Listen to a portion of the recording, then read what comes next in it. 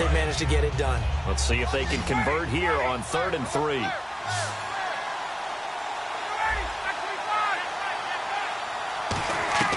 Ryan now to throw on 3rd down. To the sideline, and oh, a nice catch there. Made sure the feet were inbounds, and they were. Can you do any more work or make it more dramatic for not much gain than what we just saw there? Did you see how his toes got down? Tip-tap, got him down. But what did he get out of it? He sold the sizzle. He just had no steak. I mean, was it 1 yard? Yeah, plays like that, you at least expect a first down there, just 1 yard. Nice job bringing that one back. 14 on the return. And the offense will take over with a new set of downs.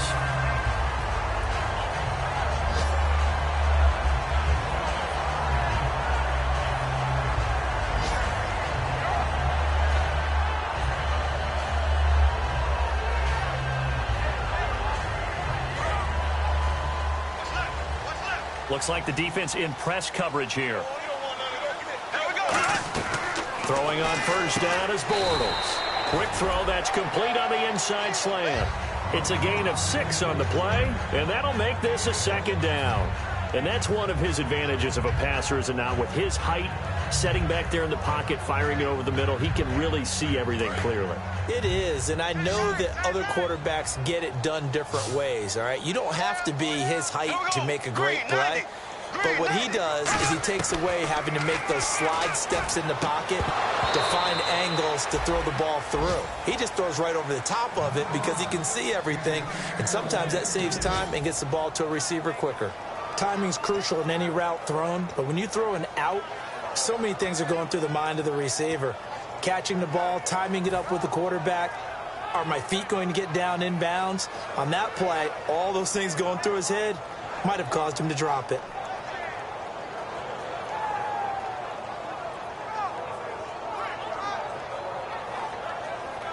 Third down here for the offense after the incomplete pass. They come up in an offset eye. From the gun on 3rd down, Bortles. And incomplete. The contact made the ball roam free and brings up 4th down. I'm not sure we could spot any tendency here on this 3rd down. They could have run it or passed it. Either one was available. They chose to try and get it through the air, but they were unsuccessful. This is taken around the 12. A very good return that time. 18 yards. And that will come the offense as they take over. Now the Jets offense gets ready to head back on the field. They're out in front. Last time they had to punt it away. We'll see if they can add to their lead now. They don't want to go out and punt it away again. This team now wants to get a cushion, put people away. They want to run their offense and have it end up in the end zone.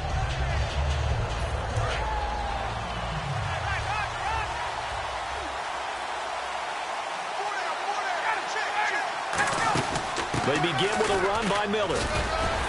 And they get him down, but not before he takes it across the 40-yard line.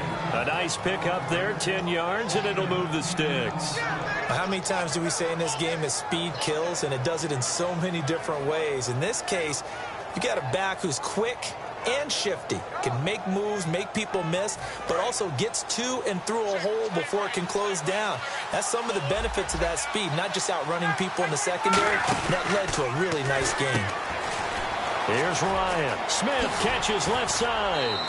A good pickup there at 22. Well, coaches always talk about finding balance on offense. I don't think you get much more balance than this. Big-time run, big-time pass. A 1-2 combination. Looked pretty good. How about that? Let's see if they can continue to take that kind of a punch, though. Another pistol look here. They'll throw on first down with Ryan. And Anderson's got it. And he's brought down. 12 yards there as they move the chains.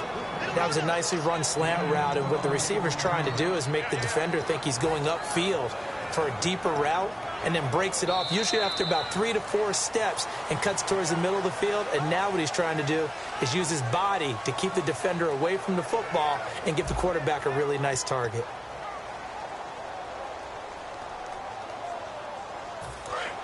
Shift together here from the D-line.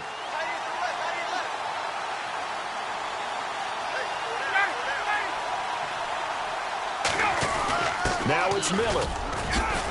And he's brought down. That one goes for 13 yards, and it moves the sticks. When a coaching staff sees their team run the ball this successfully in the fourth quarter, they're really excited because you can plan for a running game all you want and want to press that advantage when you get it. But for the most part, it's a little bit of a surprise. And right now, they've got to keep that going, want to continue to grind out the clock because it's definitely in their favor at this stage of the game. Can they close the game out and continue to do exactly what we just saw there, and that's run the football? It's a 7-yard carry to set them up with a 2nd and 3. And in this situation with a lead fourth quarter, they're liking keeping the ball on the ground, I'm sure. That's just smart football, but you know the defense has to know it as well. They've got to stop them here. So now we're going to see that loading the box in a big way. 6, 7, 8, 9, whatever it's going to take, puts a little bit more pressure on your big offensive line. Give him a yard on the run there, and that's going to set up a 3rd down and 2. Well, I think we know by now that every run is not going to be broken and get all the way to the end zone. But these short ones still have their value. You can still set up your play action and throw the football. You control the clock because you have the ball and they don't. And often the physicality sets the tempo for the game.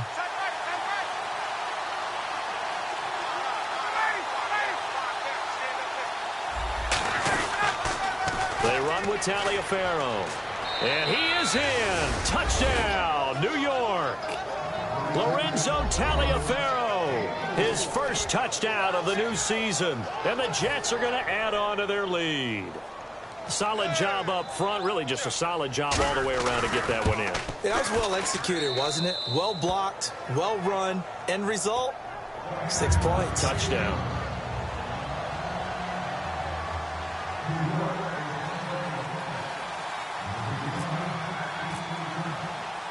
Out is the kickoff unit as they run up and send this one away. Fielded about a yard deep. And he'll bring it a few past the 20 to the 23-yard line. And now out come the Jags. And they're coming off a 3-and-out, my friend. I think they've got to look at that play sheet and go to a spot that they haven't gone before. Time to shake things up a little bit to try and get this offense moving. Okay, so how do you do that? How do you shake things up? You look at what you've called before, realize it hasn't worked so well, and maybe you try and find one of those special plays from one of your better players, and maybe try and hit something big and get things going in the excitement area. And he's brought down. They pick up 12 on the play there, and they move the chains. Okay, let's face it. Most of the offensive linemen in today's NFL, they're going to weigh over 300 pounds, but that doesn't mean they don't have agility, and the way that they can get out in front of a runner and create a space. Sometimes it looks like they're going in one direction, and the runner uses his eyes to take him in another direction because it's been blocked so well. Love those misdirection or counter plays, and this one worked really well for a nice piece of yardage. And that's exactly what you want on a first down run. Pick up 5 yards, bring up 2nd and 5. The defensive line, though, they've got to figure out a way to out-leverage the guys up front because the offensive line is winning at the point of attack. And after the play on the ground, that brings up 2nd down here. Now Bortles will give to Yeldon, and he'll be brought down right at the 45-yard line. It'll go as a gain of 6 that time, and it moves the chains as well. That's a good, nice, crisp run for a first down. I wonder if the defense might have been loosened up a little bit, maybe anticipating a pass instead of the run that they got.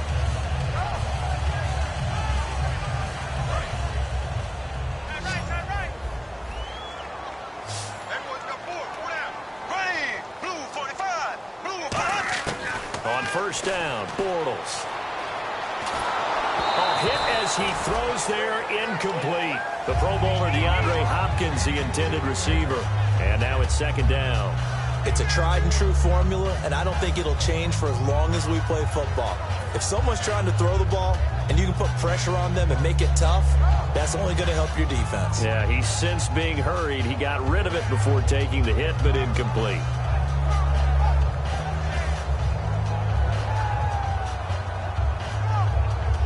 So incomplete on first. Let's see what 2nd down has in store.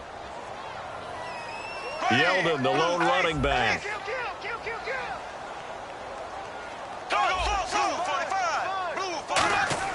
Bortles will try again on 2nd down.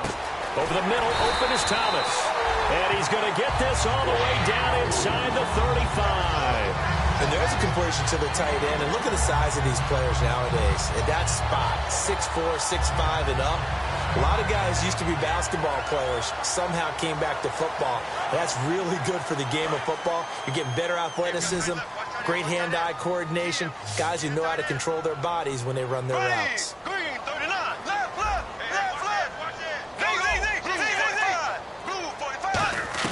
Bortles now on first down. And he will find his man on the outside. And he takes it in. Touchdown, Jacksonville. Their dangerous wide receiver with his first career NFL touchdown. And the Jaguars have cut it back within a score.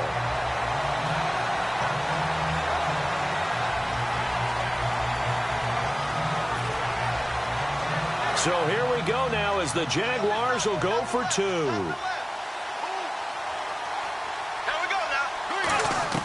Bortles is going to throw for it. Into a double team, and it's intercepted. A great read, and it's picked off. And a big turnover there as his guys will get the football back.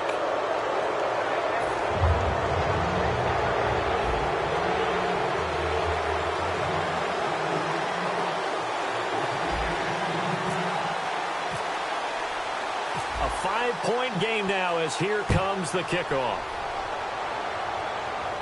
This fielded a few yards into the end zone.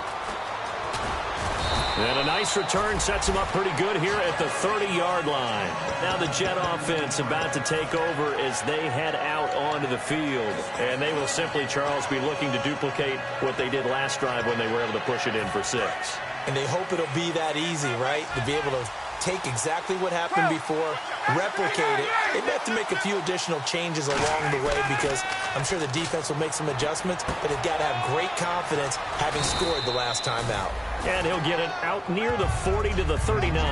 It's a gain of 9 yards, and it'll be second and about a yard. Seeing that play and understand just how tough it is to cover tight ends, especially the ones running around the NFL nowadays, makes me glad I didn't make it in that league. I would have had a really difficult time. But now you get to sit up here with me. Yeah, and that's fun, isn't it? What a really nice game right there on first down for them. Brings up a nice second down for them. 2 yards on the pickup there, but it's enough to give them a new set of downs. 2nd and 1, and people want to run the football. This is where every back in the league is supposed to do exactly what we just saw there. Pick up the first down. And the offense here just looking to stay in bounds, complete the short passes, and put this game on ice.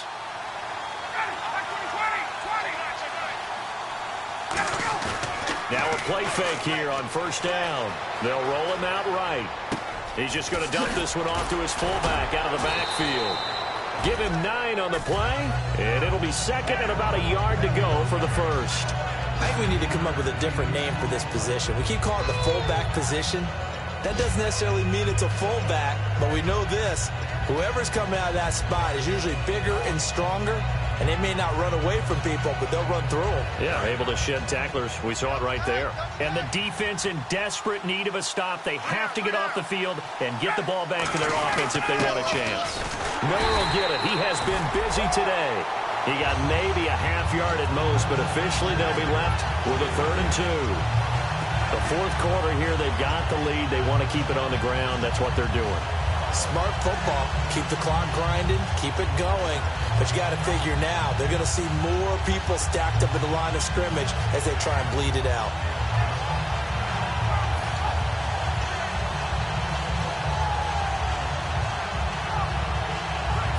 And it looks like this will be the last play before the 2-minute warning. They come up in an offset eye. Time for a break. We'll come back for the electrifying conclusion after this.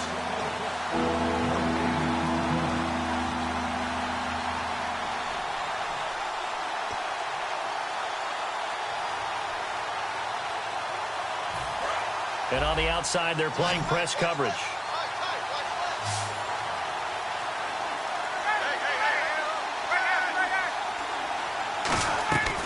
Third and 2, now Ryan. The catch made by Miller. And he's got the first down yardage before he's brought down at the 42. And now the Jags defense deciding to call a timeout. It's just their first. They've got 2 more to use here in the final stages.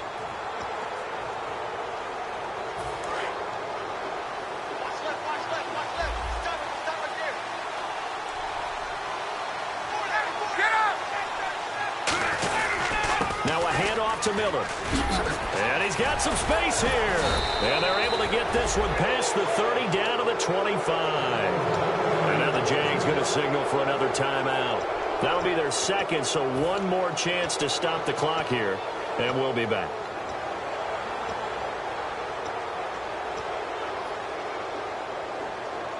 So it'll be first down here after the run.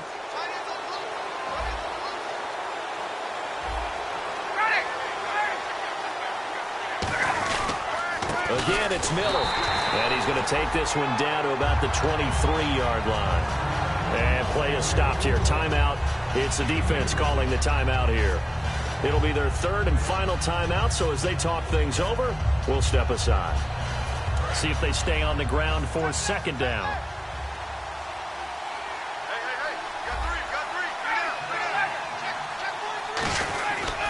Lamar Miller.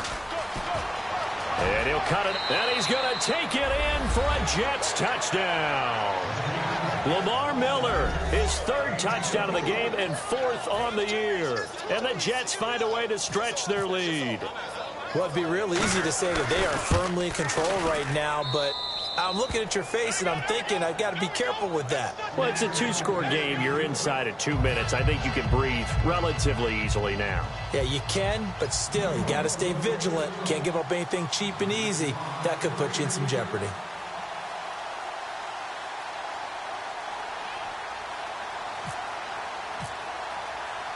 The Jets kick team out now to boot this one away. Fielded about a yard deep.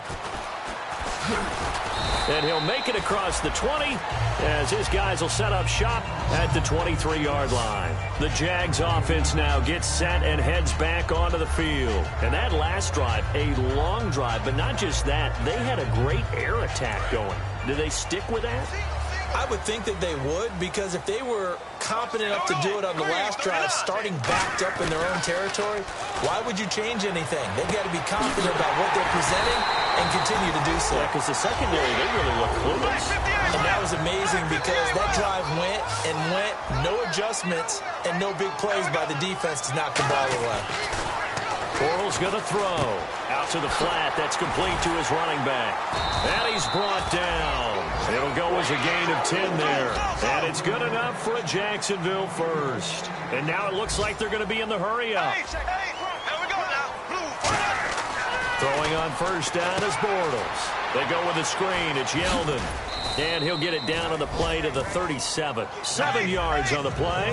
And it'll make it second down.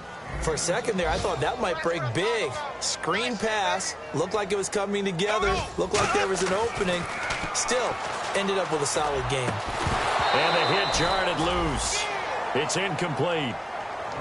On any passes in the middle of the field, anyone who's going after the football is going to be conscious that it's probably going to be contested, and often physically. Sometimes that leads to drops.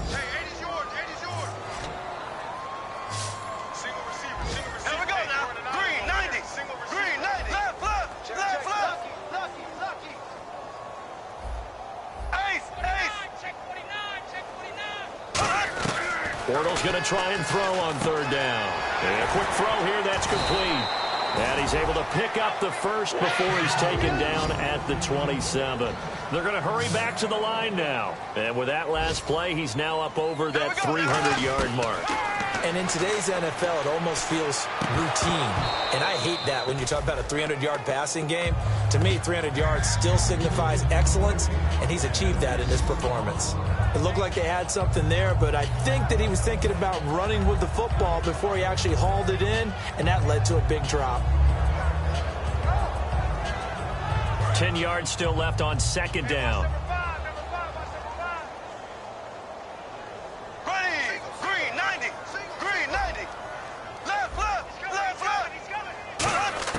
Bortles again here. Now he's hit, and Bortles fumbled. It's loose. Look at this. Middle of the field, a breakaway. And the return stops at the 39-yard line. And New York set to take the field. The clock cannot be stopped here. Defense can't do anything. So kneel it down, take it home. No doubt about it. It's what you practice for in winning situations each and every week. Victory formation. Take a knee and go on into the locker room and celebrate. Call it a victory.